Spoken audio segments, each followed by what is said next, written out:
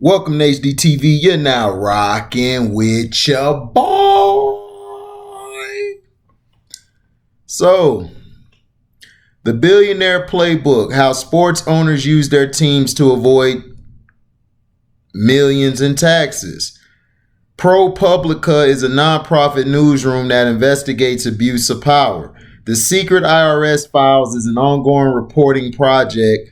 Sign up to be notified when the next story publishes, or text IRS to 917-746-1447 to get the next story texted to you. Standard messaging rates apply. Also, at a concession stand at Staples Centers in Los Angeles, Adelaide Avila was ping-ponging between pouring beers, wiping down counters, and taking out the trash. Her Los Angeles Lakers were playing their hometown rival, the Clippers, but Avila was working too hard to follow the March 2019 game. When she filed taxes for a previous year's labors at the arena, her second job driving for Uber, the 50-year-old Avila reported making $44,810. The federal government took a 14.1% cut.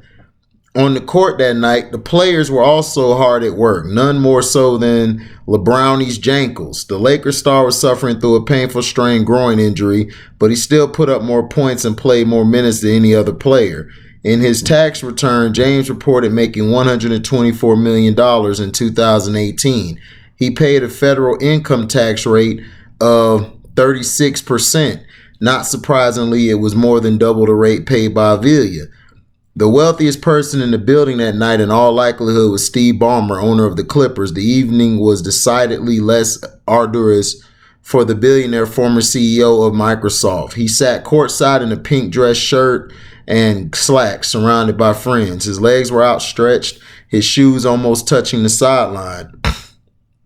Ballmer had reason to smile as Clippers won, but even if they hadn't, the ownership of the team was reaping him massive tax benefits. For the prior year, Ballmer reported making $656 million. The dollar figure he paid in taxes was large, $78 million, but as a percentage of what he made, it was tiny. Records reviewed by ProPublica show his federal income tax rate was just 12%. That's a third of the rate James paid, even though Ballmer made 5 times as much as a superstar player. Ballmer's rate was also lower than Avila's, even though Ballmer's income was almost 15,000 times greater than the concession workers. Ballmer pays such a low rate in part because of a provision of the U.S. tax code. When someone buys a business, they're often able to deduct almost the entire sale price against their income during the ensuing years. That allows them to pay less in taxes. The underlying logic is that the purchase price was composed of assets, buildings, equipments, patents, and more that degrade over time and should be counted as expenses, but in few industries is that tax treatment more detached from economic reality than in professional sports. Teams' most valuable assets, such as TV deals and player contracts, are virtually guaranteed to regenerate because sports franchises are essentially monopolies. There's little risk that players will stop playing for Ballmer's Clippers or that TV stations will stop airing their games. But Ballmer still gets to deduct the value of those assets over time, almost $2 billion in all from his taxable income. This allows Ballmer to perform a kind of financial magic trick. If he profits from the Clippers, he can legally inform the IRS that he is losing money, thus saving vast sums on his taxes. If the Clippers are unprofitable in a given year, he can tell the IRS he's losing vastly more. Glimpses of the Clippers' real-world financial results show the business have often been profitable. Those include audited financials disclosed in the Bank of America report just before Ballmer bought the team, as well as NBA records that were leaked after he became owner. But IRS records obtained by ProPublica shows that Clippers have reported $700 million in losses for tax purposes in recent years. Not only does Ballmer not have to pay taxes on any real-world Clippers profits, he can use the tax write-off to offset his other income. How a billionaire team owner pays a lower tax rate than LeBron's Jankles and stadium workers too. A massive tax break allows owners to report huge losses to the IRS, even if their teams are profitable, and save themselves hundreds of millions. Ballmer isn't alone. ProPublica reviewed tax information for dozens of team owners across the four largest American pro sports leagues. Owners frequently report incomes for their teams that are millions below their real-world earnings. According to the tax records, previously leaked team financial records and interviews with experts, they include Shahid Khan, an automotive tycoon who made use of at least $79 million in losses from a stake in the Jacksonville Jaguars, even as his football team has consistently been projected to bring in millions a year, and Leonard Wilf, a New Jersey real estate developer who owns the Minnesota Vikings with family members, has taken $66 million in losses from his minority stake in the team. In a statement, Khan responded, "We're a nation of laws. U.S. Congress passes them. In the case of tax laws, the IRS applies and enforces the regulations, which are absolute. We simply and fully comply with those very IRS regulations." Wilf didn't respond to questions. Ballmer's spokesperson declined to answer specific questions, but says Steve has always paid the taxes he owes and has publicly noted that he would personally be fine with paying more. These revelations are part of what ProPublica has unearthed in a trove of tax information for the wealthiest Americans. ProPublica has already revealed that billionaires are paying shockingly little to the government by avoiding the types of income that can be taxed. The records also show how some of the richest people on the planet use their membership in the exclusive club of pro sports team owners to further lower their tax bills. The records upend conventional wisdom about how taxation works in America. Billionaire owners are consistently paying lower tax rates than their millionaire players, and often lower even than the rates paid by the workers who staff their stadiums. The massive reduction on personal tax bills that owners glean from their teams come on top of the much criticized subsidies the teams get from local governments for new stadiums and further deplete federal coffers that fund everything from the military to medical research to food stamps and other safety net programs. Ultra-wealthy sports owners often pay a substantially lower income tax rate than athletes. A review of federal tax records from 2017 and 2018 shows that the tax code favors team owners over wage-earning athletes. Here are some prominent examples. Okay. Mr. DeVos complies with all federal, state, and local tax and pays his obligations in full. A spokesperson for Daniel DeVos said in a statement, adding, "I don't intend to comment on the accuracy or inaccuracy of any data obtained illegally." Representatives for Philip Anschutz, Anthony Davis, Josh Harris, and LeBrownie's Jankles declined to comment. Representatives for Stan Kroenke, Justin Verlander, and Tiger Woods did not respond to the inquiries by ProPublica. A representative for John Henry declined to receive questions about his taxes. Floyd Mayweather's tax lawyer, Jeffrey Morris, declined to comment about the boxer's tax numbers. But in response to questions about the fairness of athletes paying higher rates than owners, he said, "It is a discussion worth having." Figures above reflect adjusted gross income for 2017 and 2018 added together. The tax rates were calculated using the total federal income taxes paid during those 2 years, including both the employees' and employers' share payroll taxes. The history of team ownership as a way to avoid taxes go back almost a century. Bill Veeck, owner of the Cleveland Indians in the 1940s and later the Chicago White Sox, stated it plainly in his memoir. "Look, we play the Star-Spangled Banner before every game. You want us to pay income taxes too?" Veeck is credited with convincing the IRS to accept the tax maneuver, even he described as a gimmick. Players' salaries were already treated as a deductible business expense for a team. That was not the controversial in the slightest. But Veeck dreamed up an innovation, a way to get a second tax deduction for the same players' depreciation. The way he accomplished this was by separately buying the contracts before the old company was liquidated, instead of transferring them to the new company as had been done before. That meant that the contracts were treated as a separate asset. The value a new owner assigned to that asset when he bought the team could be used to offset taxes on team profits, as well as any other income he might have. Defenders of the practice contend that it's not double dipping since the deductions are taken against two separate pools of money: the money used to purchase the team and the day-to-day operating budget. Team owners, Veek wrote in his memoir, had won a tax write-off that could have been figured out by a Texas oil man. It wasn't figured out by a Texas oil man. It was figured out by a Chicago hustler, me. Once the IRS accepted the premise, the natural next step, owners assigning as large a portion of the total team purchase price as possible to play contracts, was elevated into a sport of its own.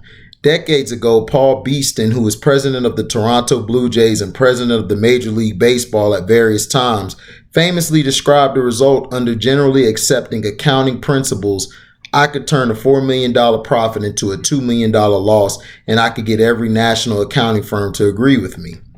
The depreciation of tangible assets and their decay over time is often intuitive.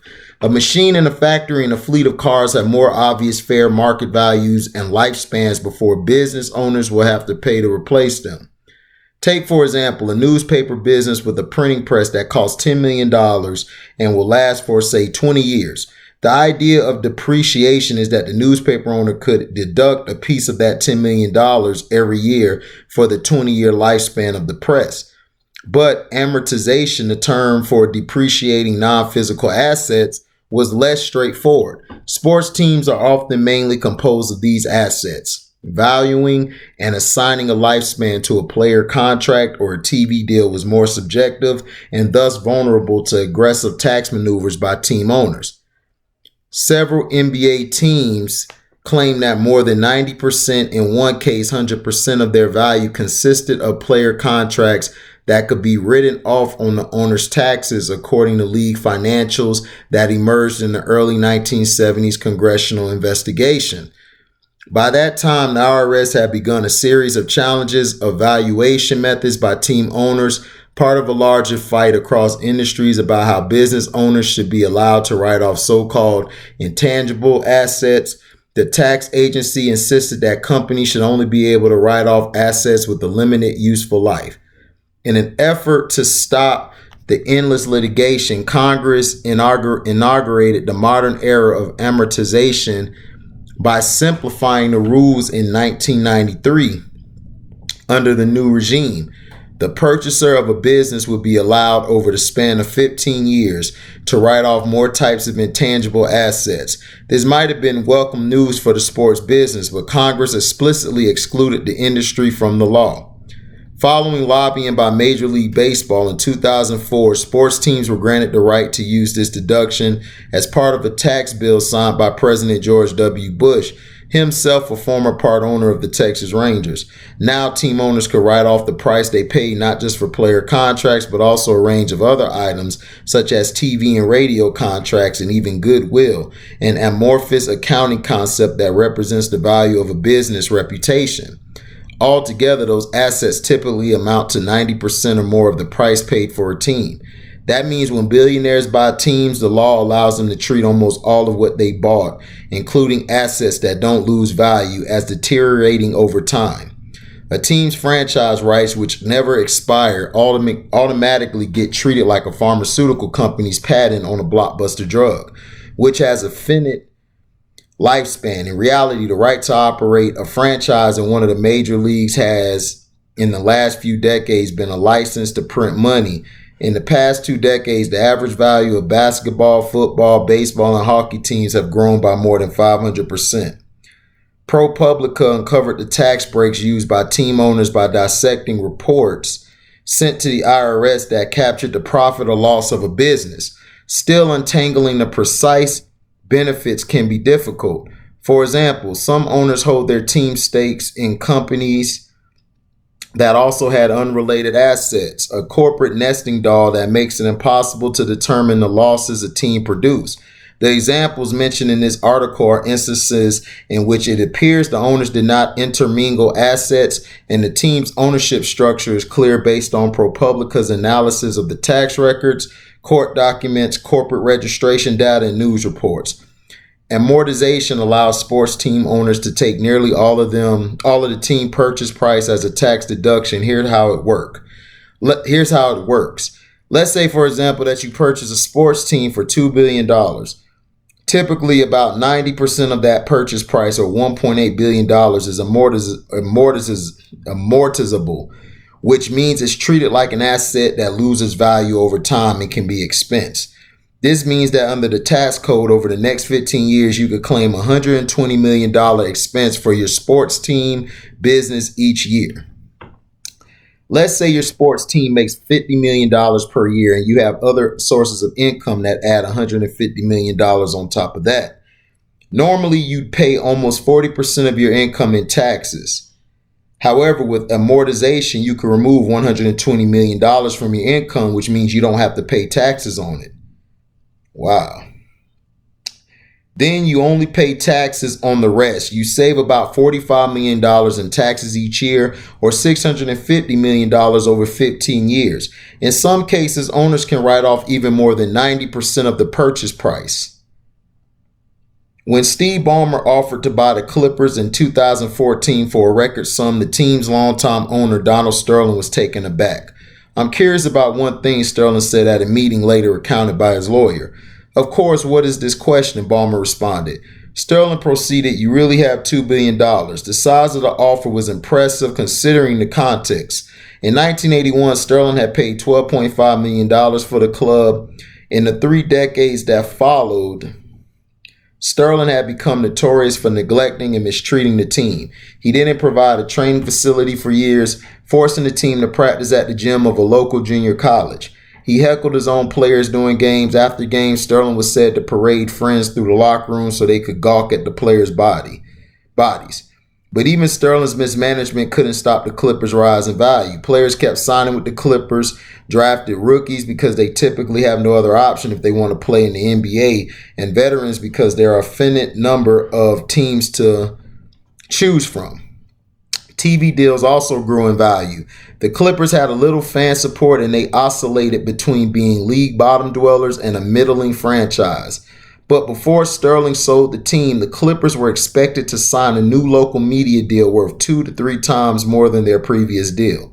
The beginning of the end of Sterling's tenure came when he was recorded by his mistress telling her to not bring black people to Clippers games.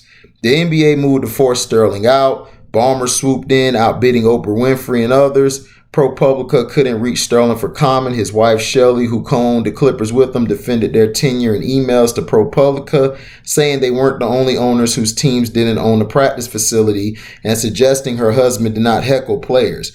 I guess when there is nothing to write about, why not try to write some scum, she wrote. Ballmer, one of the richest people in the world, wasn't just motivated by his love for basketball. He expected the team to be profitable as not a cheap price, but when you're used to looking at tech companies with huge risks, no earnings and huge multiples. These doesn't look like the craziest things I've ever acquired, he said at the time. There's much less risk. There's real earnings in this business. 2 years later, as the league negotiated a new contract with the Players Union, Ballmer portrayed the team's finances in a much different light. I'm a new owner, and I've heard this in the golden age. I heard this is the golden age of basketball economics. You should tell our finance people that, he told a reporter in 2016. We're sitting there looking at red ink, and it's real red ink. I know it showed up on my tax returns. But losses on a tax return don't necessarily mean losses as large or at all in the real world. Ballmer was acquiring a team that has skyrocketed in value over the previous decade, and there was the benefit for his taxes. He was allowed to start treating the Clippers, including those players' contracts and TV deals, as if they were losing value. From 2014 to 2018, records show Ballmer reported a total of $700 million in losses from his ownership of the Clippers, almost certainly composed mainly of paper losses from amortization. The evidence examined by ProPublica showed the Clippers have often been profitable, though many of the glimpses into the team's finances are from before Ballmer took over. Leaked NBA records during Ballmer's tenure showed the Clippers in the black as recently as 2017.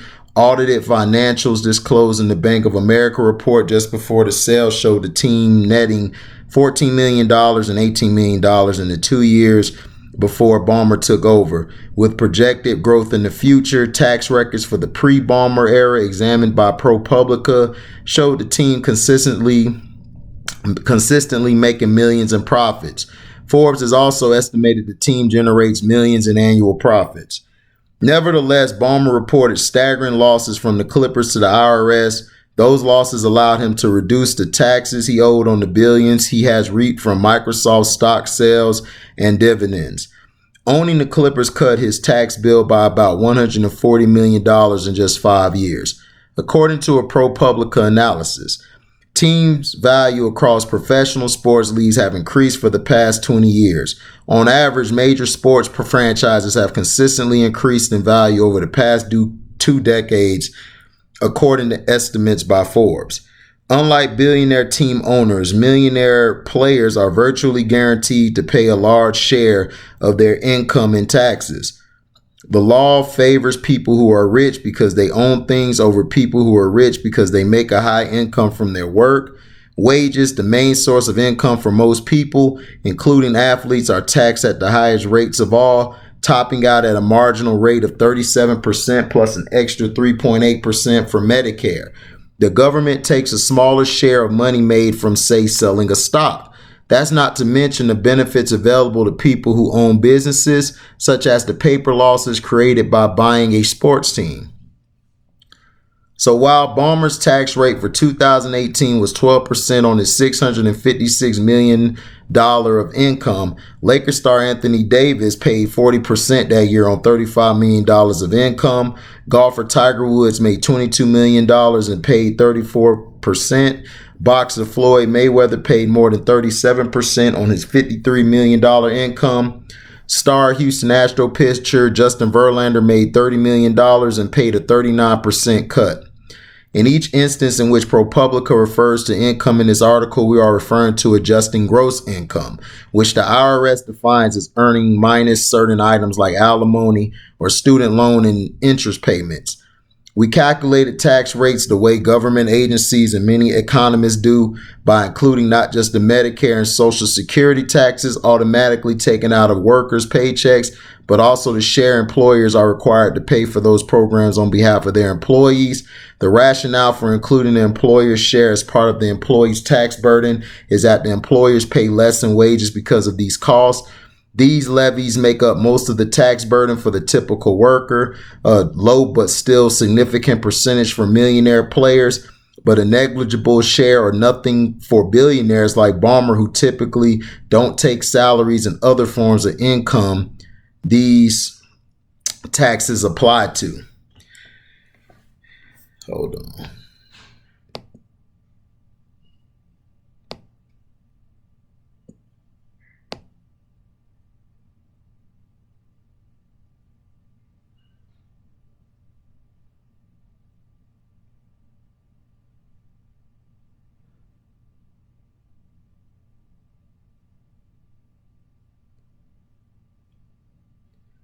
Hold on, y'all. Just checking something out.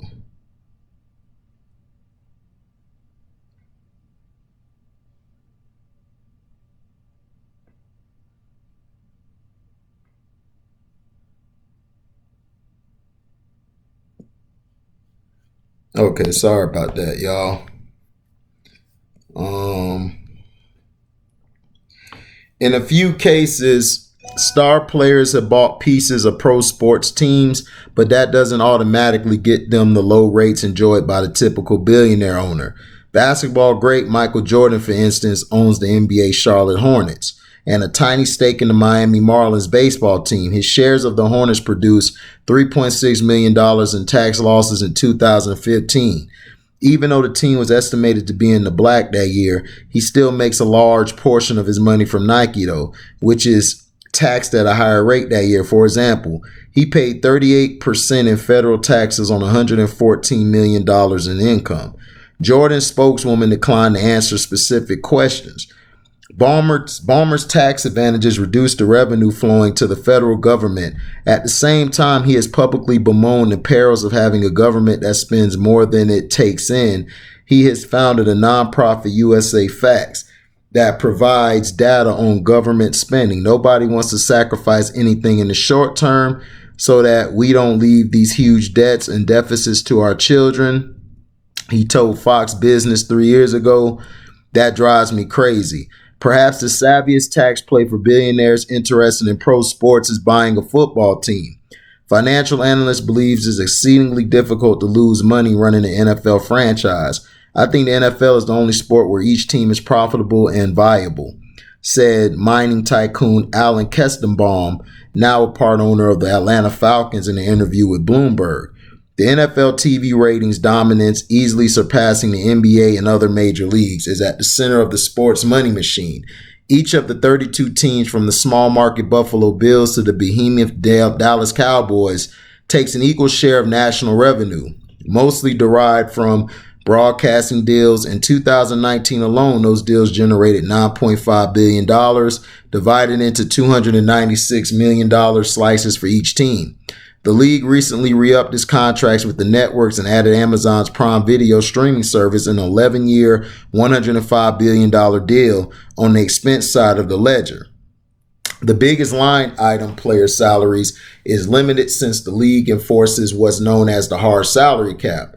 Those two sources of profitability drove the record $2.3 billion price of the last NFL team to change hands, the Carolina Panthers, but the sale triggered a dramatic swing in how the team's finances were reported to the IRS. Records show the Panthers suddenly went from producing a large profit to suffering major losses. The Panthers were built into a thriving business by Jerry Richardson, a one-time NFL player turned fast food restaurant magnate who was awarded the expansion franchise in the early 1990s, in addition to its share of the league's national TV deals.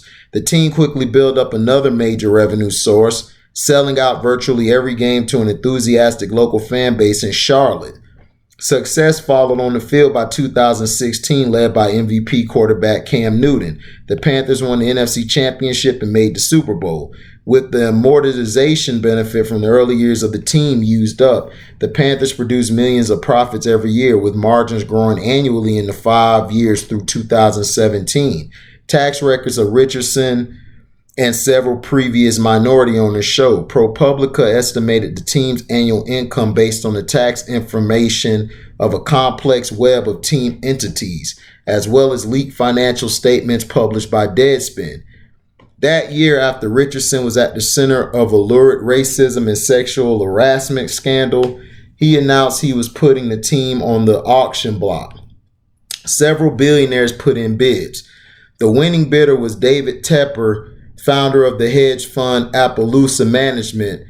Tepper, who made his fortune trading distressed debt and once hired Ashley Simpson to play his daughter's bat mitzvah, is now the league's richest owner. The $2.3 billion Tepper paid would produce amortization expenses of around $140 million per year. According to the IRS general guidelines, that annual expense would wipe out any Panthers profits for tax purposes. Hold on. Tax.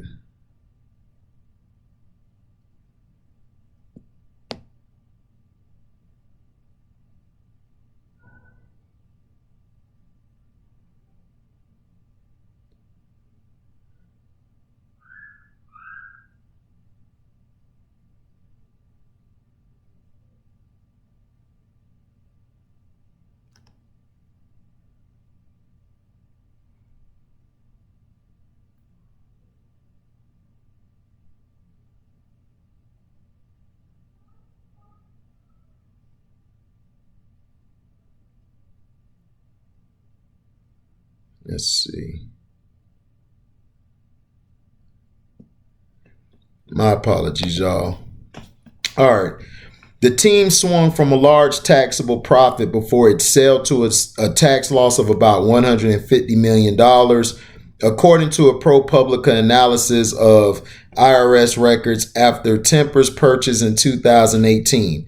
There's no evidence anything significant about the Panthers' real-world revenue and expenses changed between 2017 and 2018.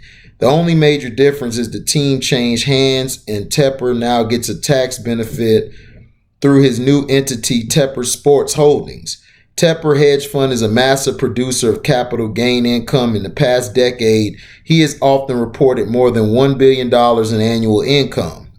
So the tax losses produced by the Panthers are extremely valuable to him. A spokesman for Tepper did not respond to questions. The same year Tepper bought the Panthers, the NHL's newest hockey team, the Las Vegas Golden Knights, accomplished what only one expansion team had done before by making it to the league finals in its inaugural season. Since then, the Golden Knights have continued to win. Off the ice, they've been among the best in the NHL and motivated fans to spend money on teams' apparel, and the Golden Knights have consistently sold out their home games. The team's owner, William Foley, the chairman of an insurance giant Fidelity National Financial, made it clear he wasn't in the business of losing money. We developed a conservative business plan, Foley told a reporter in 2017. The first year the team played, I didn't want to write $20 million checks every year. He likely didn't have to. Forbes estimated millions in profit for the team from 2017 to 2019, but for tax purposes, records show the teams produced losses of more than $57 million during those years. That was thanks in part to the team's ability to write off the $500 million expansion fee that Foley paid to the NHL in 2016. In a statement to ProPublica, Golden Knights chief legal officer Peter Sadowski did not respond to questions about amortization. He did respond to a question about one of the team's income streams, noting that the money from season tickets deposits was used to pay rent, to employ hundreds of people, provide outstanding entertainment, and create a source of pride for our community. The Golden Knights' tax losses helped offset the money Foley made from his other ventures, saving him more than $12 million in taxes over 2 years, according to a ProPublica analysis. The value of sports franchises, as noted, tends to rise inexorably, but teams sometimes lose money along the way. Internal NBA records obtained by ESPN in 2017 showed that the league's clubs were averaging almost $18 million in net income that season, but 9 of the 30 clubs were in the red. Even when a team spends more than it takes in, an owner can still end up on top. The amortization benefit can turn a loss into an even larger loss, which can then be used to offset other income and save money on taxes. Excuse me. For example, Dan Gilbert, founder of Quicken Loans, was able to lower his taxable income by about $443 million from 2005 to 2018 because of his stake in the Cleveland Cavaliers. Tax records show. In that same period, the team reached the pinnacle, winning its first ever NBA championship in 2016. In emails to ProPublica, Gilbert's lawyer wrote that the team consistently loses money. During the entire time after Mr. Gilbert's purchase of the team, the Cavaliers has operated with an actual loss, negative cash flow / negative income, unrelated to any depreciation or amortization, and there have been no funds to distribute to Mr. Gilbert or any other owner, he wrote. The tax write-off for amortization, Gilbert's lawyer argued, is essential to all businesses, from restaurants to factories to sports franchises. Without it, he wrote, there would be no capital investments made by owners, and businesses would be taxed on revenue without properly taking into account all costs necessary to generate that revenue. That would be antithetical to capitalism and fatal to the United States economy. Gilbert's lawyer added that the Cavaliers owner has paid enormous taxes for many years. He also wrote, your email makes reference to other wage earners, such as the players and their salaries. The facts are this: Mr. Gilbert is the only party referenced in your email who has undertaken any risk. Mr. Gilbert has risked the purchase price paid for the Cavaliers, his subsequent capital contributions, the debt he has personally guaranteed, and the players' salaries which are guaranteed. To compare the guaranteed salaries of the Cavaliers players as an applicable measure of Mr. Gilbert's tax rate is absurd. Advocates for team owners point out what point out that when owners sell their teams, they have to pay back the taxes they avoided by using amortization. But even if owners ultimately repay the taxes they skip, deferring payments of those taxes for years, sometimes decades, essentially amounts to an interest-free loan from taxpayers. An owner could reap huge gains by investing that money. If owners die while holding their stake, as many do, the tax savings may never be repaid and their heirs can generally restart the amortization cycle anew. Bob Piccinini was a minority member of the group that purchased the Golden State Warriors in 2010. He made his fortune turning Modesto-based Save Mart supermarkets into the largest family-owned grocery chain in California. Already a part owner of multiple baseball teams, he entered the basketball world not because he had particularly keen interest in the sport, but to make money. Sports franchises continue to go up in value, Piccinini said at the time. His tax information shows he bought more than 7% of the Warriors. From 2011 to 2014, he reported total losses of $16 million. Nearly a decade's worth of tax data from other Warrior owners, also reviewed by ProPublica, showed many millions in losses, all of it during a period when the team rose to become historically dominant. Meanwhile, leaked financials obtained by espn from 2017 showed the Warriors to be an extremely profitable business, netting $92 million in one season alone. Forbes estimates also put the team well in the black during that period. A Warriors spokesperson declined to answer a series of specific questions, instead of providing a one-sentence statement. Over the course of the last decade, we have invested hundreds of millions of dollars into our team on the court, our overall operation, and of course the construction and opening of a new 100% privately financed arena in San Francisco. Piccinini died in 2015. The court records about the inheritance he left his children don't specifically mention his stake in the team or whether his estate paid taxes following his death, but the tax code likely would have allowed his children never to repay the government for the paper losses their father enjoyed. It would also have permitted Piccinini's heirs to begin claiming paper losses of their own.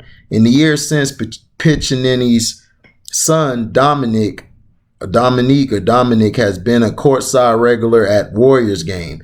An occasional actor in his 20s, Dominic has an Instagram profile that shows him high-fiving Stephen Curry and other players mid-game and posing for photos with rappers including Drake and E40.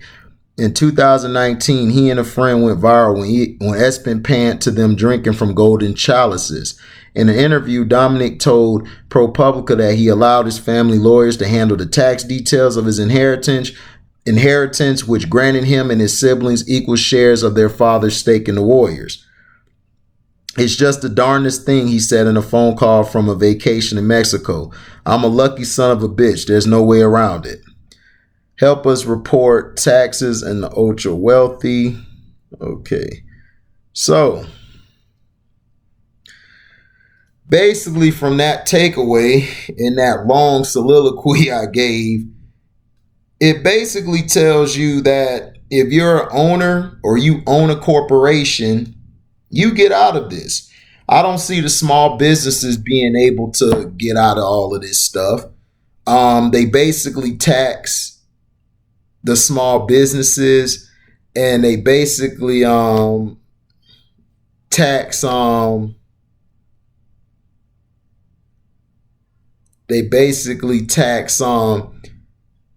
players, and they tax the workers at companies. Like different companies, they tax the workers more while giving the billionaires who own the company a write-off. And this is what's wrong. And this is what's wrong with America.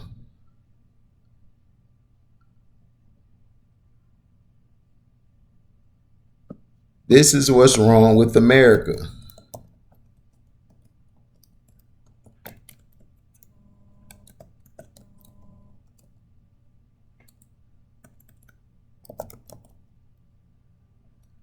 This is what's wrong with America. And this is why America continues to fail, because America wants people to basically, who's poor, they want the poor to pay all the taxes. That's why they got rid of the middle class, because see, the middle class was making a lot of money even after paying their taxes. They couldn't have that because you had some middle class members going places that the rich were at.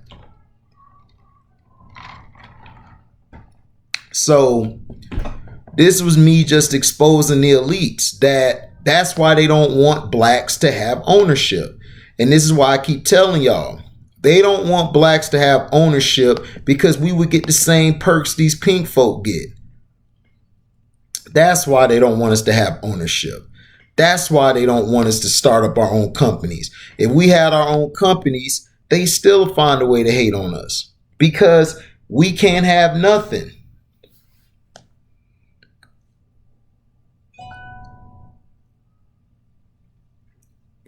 We can't have anything. We can't have anything, and we can't get the same perks as everybody. Now, people are going to say, black people are always complaining. Damn right, we complaining. Damn right, we getting upset. Because you know why? You guys have continuously kept your foot on our neck. Y'all have continuously kept your foot on our neck. And it's getting tiresome. It's tiresome, man. It gets on our nerves because you guys don't want to see us prevail. Y'all don't want to see us make it. You actually want to see us fail. You want to continue treating us like crap, but behind closed doors, you guys are worshiping our sculptures. You're worshiping our teachings because you know you're upset because you found out that blacks basically created everything. So you guys go everywhere defacing our art, defacing what's going on in different countries that basically, which is contrived from blacks who have created those countries. We've created everything. You've minimized us to being nothing.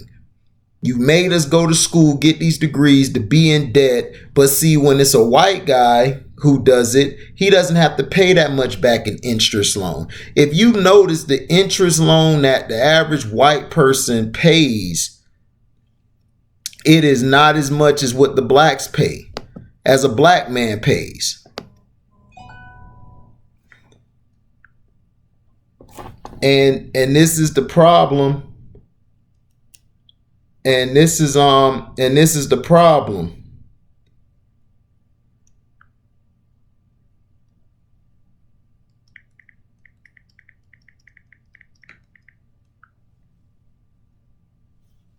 And this is the problem. This is the problem with American. This is why I go hard, man, because I want to tell the truth.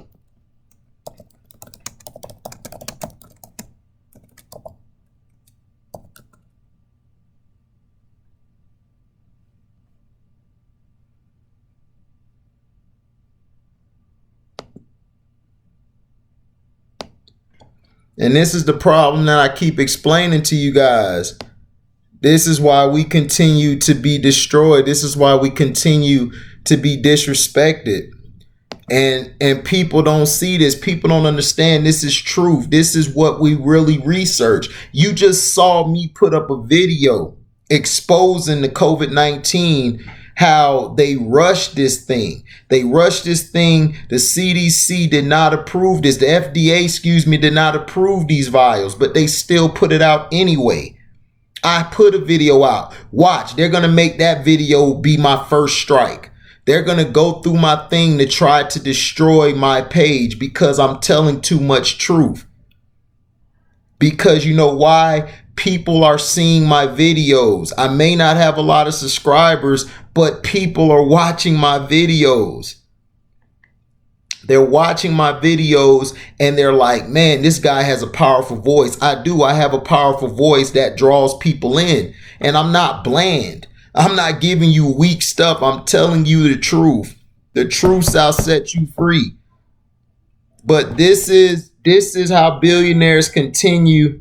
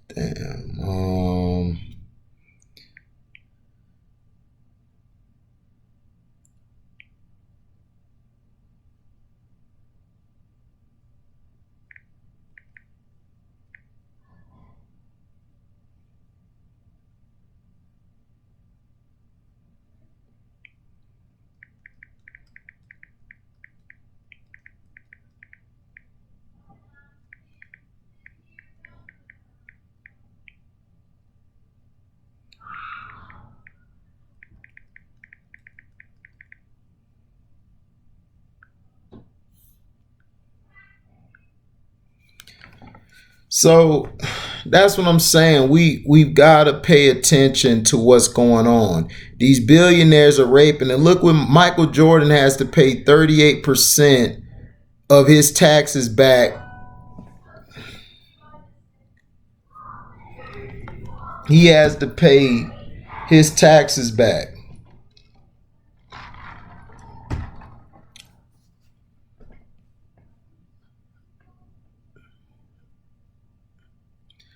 He has to pay his taxes back.